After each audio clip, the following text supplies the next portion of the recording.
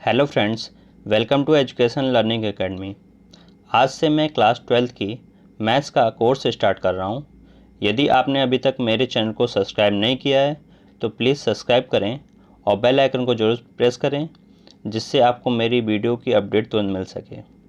और अपने फ्रेंड्स में शेयर भी ज़रूर करें, जिससे अधिक से अधिक लोग इस वीडियो का लाभ उठा सकें। क्लास 12th में मैथ्स में first chapter relation and function का है। यह एक ऐसा चैप्टर है जिसे बहुत ही केयरफुली पढ़ा जाता है। क्लास 12th में यह चैप्टर टाइप्स ऑफ रिलेशन से स्टार्ट है, क्योंकि रिलेशन एंड फंक्शन की बेसिक जानकारी आपको 11th क्लास में मिल चुकी है। मैं आज 11th क्लास के ही कुछ टॉपिक्स रिवीजन कराऊंगा, जिससे हमें ये चैप्टर पढ़ने में ईजी लगे। सबसे पहले हम ऑर्डर पेयर देखेंगे। ऑर्डर पेयर क्या होता है? ऑर्डर पेयर क्या होता है? Consist of to elements in a fixed order. दो एलिमेंट्स होंगे जिनका ऑर्डर फिक्स्ड होता है। यदि दो सेट लेते हैं, if A and B are any two sets, then A comma B जो होगा वो ऑर्डर पेयर होगा, जहाँ पे small A belongs to capital A and small B belongs to capital B. ठीक है, ए और बी की पोजीशन जो होती है वो फिक्स्ड होती है। अब हम देखते हैं कार्टेशियन प्रोडक्ट ऑफ सेट्स। तो यहाँ पे हम लेट कर लेंगे, let A and B any non empty sets. A और बी क्या हैं? नॉन एम्प्टी सेट्स हैं। नॉन एम्प्टी सेट्स का मतलब ए और बी जो हैं उसमें कुछ ना कुछ एलिमेंट होगा ही। अब इसका कार्टेशियन प्रोडक्ट कैसे डिफाइन होता है? कार्टेशियन प्रोडक्ट मतलब A cross B, curly bracket में स्मॉल ए कॉमा बी के फॉर्म में लिखते हैं, और वो A belongs to capital A and B belongs to capital B, ये रहता है। इसको हम एग्जाम्पल की मदद से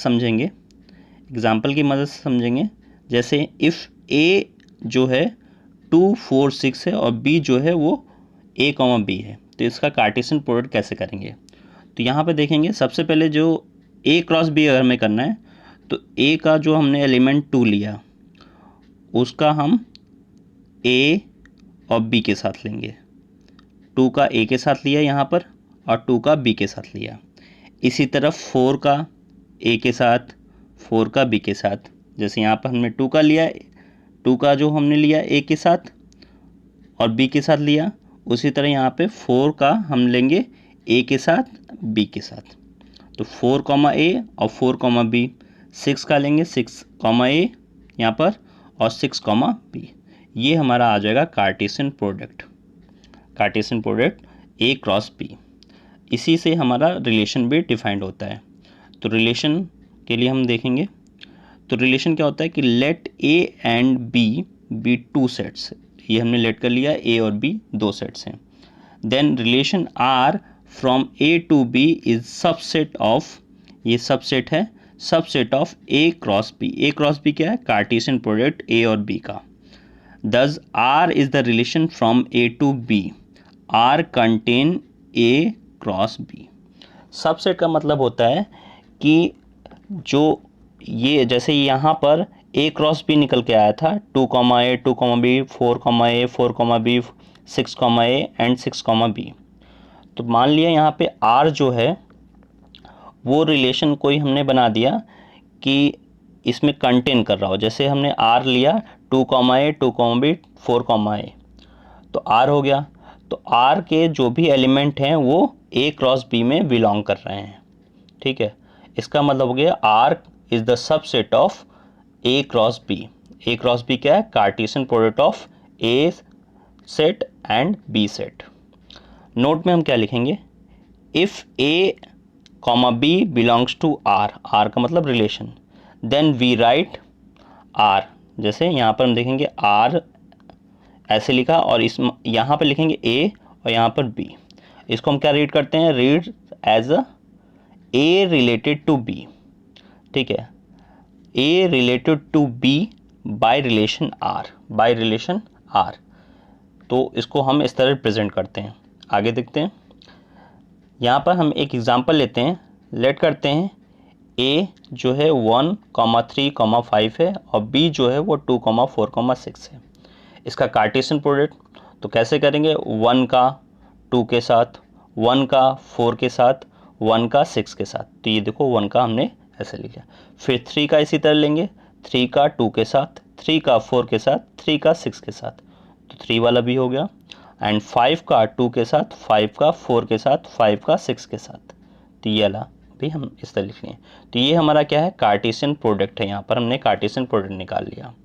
अब यहाँ पे एक रिलेशन हम लेते हैं, let R be a relation from A to B defined by x comma y belongs to R. कोई रिलेशन एक्स कॉमा वाई है आर, जहाँ पर x is greater than y है, where x belongs to a and y belongs to capital B।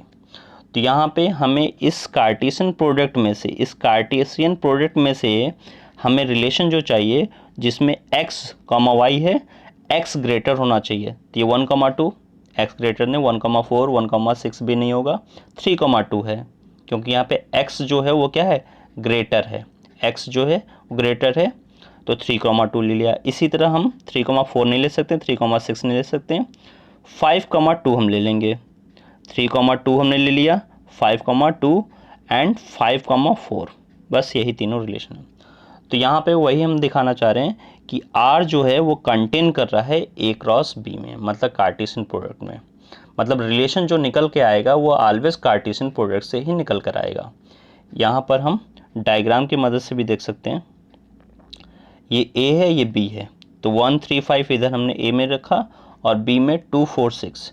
तो यहाँ पे 3 का 2 के साथ रिलेशन बन रहा था, तो 3 का 2 के साथ रिलेशन बना, 3 का 2 के साथ रिलेशन बना, और 5 का 2 के साथ एंड 5 का 4 के साथ। ठीक है, तो 5 का 2 के साथ रिलेशन, 5 का 4 के साथ रिलेशन। अब इसमें कुछ टर्म्स में जो हमें बहुत ही ध्यान देने ज़रूरी है। ठीक है, वो टर्म्स क्या हैं? पहला जो है हमारा डोमेन है। ठीक है, पहला हमारा क्या है, डोमेन। तो डोमेन क्या होता है कि जो भी हमारा सेट ए हो है वो डोमेन होता है। हमारा सेट जो ए है वो क्या कहलाता है, डोमेन। और इसको डोम ऑफ आर, मतलब रिलेशन आर में जो डोमेन है वो क्या है, एक्स। एक्स का मतलब क्या है कि जो ए जो है, ए वाला सेट, उसके एलिमेंट। रेंज आर क्या है, वाई। ठीक है, और वाई में जो बी के सारे एलिमेंट नहीं ले लेंगे, बी के वही एलिमेंट लेंगे जो इसके साथ इमेज बना रहे हो ए के साथ। इमेज का मतलब क्या है कि जैसे यहाँ पर 2 एंड 4, 6 का इससे कोई रिलेशन नहीं है ए वाले के साथ, इसीलिए 2 और 4 ही रेंज में आएंगे, 6 नहीं आएगा। अब पूरा जो टोटल बी कहलाएगा, सेट बी, वो क्या कहलाएगा, कोडोमेन। तो इस तरह हम देख सकते हैं कि जो रेंज होगा, रेंज आर जो होगा वो कंटेन कर रहा है कोडोमेन में। मतलब रेंज आर जो है वो सबसेट ऑफ कोडोमेन है। मतलब ये सेट बी में ही बिलोंग करेगा रेंज। ठीक है, इसीलिए रेंज जो होगा वो क्या होगा, सबसेट ऑफ कोडोमेन होगा। अब हम फंक्शन देखते हैं। ठीक है, फंक्शन भी एक तरीके का रिलेशन है, बस फंक्शन जो है एक स्पेशल काइंड ऑफ रिलेशन है। इसकी कुछ कंडीशंस होंगी, वो कंडीशंस हम देखेंगे क्या कंडीशंस हैं। ठीक है, लेट करते हैं, let A and B non empty sets. Non empty sets है। Function F from set A to set B is defined as under two condition. Two condition ये बहुत ही इंपॉर्टेंट कंडीशन है, इसी को ध्यान में रखकर हम फंक्शन को डिफाइन करेंगे। पहला जो कंडीशन है वो all elements of set A are associated to elements in set B. Set A के सारे एलिमेंट जो होंगे, सेट ए के सारे एलिमेंट जो होंगे वो बी के साथ एसोसिएट करना चाहिए। ठीक है, इसको ध्यान में रखना। अभी अगर आप लोग को नहीं समझ में आया होगा तो हम डायग्राम की मदद से समझेंगे, जिससे आपको बहुत अच्छे से समझ में आ जाएगा।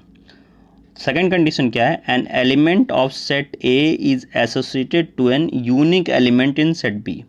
सेट ए का कोई भी एलिमेंट जो होगा वो बी के साथ एक यूनिक एलिमेंट के साथ, ठीक है, मैपिंग करेगा। मैपिंग फंक्शन को ही कहा जाता है। जैसे नोट 1 में हमने बता रखा है, function is also called a map और मैपिंग। ठीक है, नोट 2 में हमने क्या लिखा है, if F is the function from set A to set B then we write F such that A tends B. इसको रीड क्या करते हैं, F is the function from A to B. F is the function from A to B. यहाँ पर एक example लेते हैं, late कर लेते हैं सेट ए।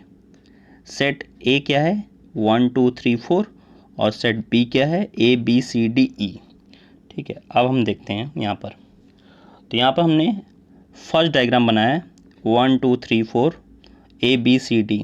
फर्स्ट डायग्राम में यहाँ पर F1 लिया है, फर्स्ट डायग्राम में क्या लिया है F1 लिया है यहाँ पर, ये हमारा फर्स्ट डायग्राम हो गया। और सेकंड डायग्राम में ये F2 हमने माना है। ठीक है, यहाँ पर। और थर्ड डायग्राम जो है यहाँ पर F3 है फंक्शन, और फोर्थ डायग्राम जो है वो F4 है। तो एक एक करके हम देखेंगे सबसे पहले।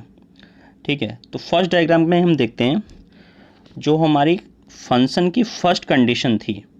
फर्स्ट कंडीशन ये थी कि सेट ए के सारे एलिमेंट एसोसिएट करने चाहिए सेट बी से।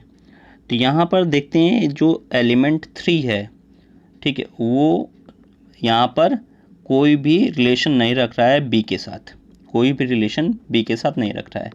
इसलिए यहाँ पर F1 is not function from set A to set B because there is an element 3 belongs to A. मतलब एक एलिमेंट 3 जो है वो ए में बिलोंग कर रहा है, which is not associate to any element of B. तो फर्स्ट कंडीशन जो कह रहा था वो यही कह रहा था कि ए के सारे एलिमेंट एसोसिएट होने चाहिए बी के साथ, जो कि यहाँ पे नहीं हो रहा है। इसीलिए F1 पहला वाला डायग्राम जो है F1 फंक्शन नहीं है, F1 जो है वो फंक्शन नहीं है। सेकंड डायग्राम में हम देख लेते हैं। सेकंड डायग्राम में क्या है, 1 का ए के साथ है, 1 का ए के साथ है, 2 का बी के साथ है और 3 का सी के साथ है, 4 का सी के साथ है और 4 का ई के साथ है। तो सेकंड कंडीशन जो थी वो ये कह रही थी कि सेट ए के एलिमेंट जो होगा वो सेट बी के एक यूनिक एलिमेंट से एसोसिएट करेगा। लेकिन यहाँ पे यूनिक एलिमेंट ना होके 2 एलिमेंट के साथ एसोसिएट कर रहा है, एक सी के साथ और एक ई के साथ। इसीलिए F2 is not function from A to B. F2 function नहीं होगा क्योंकि सेकंड कंडीशन को फॉलो नहीं कर रहा है। Because 4 belongs to A is associated to 2 elements C and E in B। मतलब जो A में 4 एलिमेंट है वो C और E के साथ B में, ठीक है, एसोसिएट कर रहा है, जबकि एक यूनिक एलिमेंट के साथ एसोसिएट करता, इसीलिए करता तब वो फंक्शन कहलाता, जो कि ऐसा यहाँ पर नहीं है। थर्ड हम देखेंगे 1 का ए के साथ है, 1 का ए के साथ है, 2 का बी के साथ है, 3 का बी के साथ है और 4 का डी के साथ है। ठीक है, तो यहाँ पर दोनों कंडीशन फॉलो कर रहे हैं कि सारे सेट ए के सारे एलिमेंट एसोसिएट कर रहे हैं और एक यूनिक एलिमेंट के साथ एसोसिएट कर रहे हैं।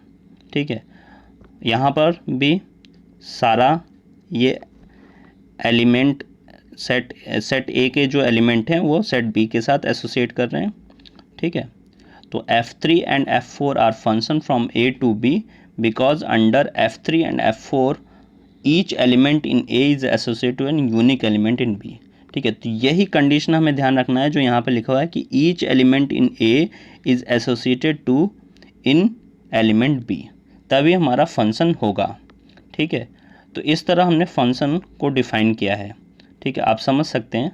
ठीक है, रिलेशन और फंक्शन में डिफरेंस क्या है। फंक्शन भी एक तरह का रिलेशन है, लेकिन इसके लिए कुछ स्पेशल कंडीशन की आवश्यकता है, जो कि हमने 2 स्पेशल कंडीशन बताई है, वही ध्यान में रखना है।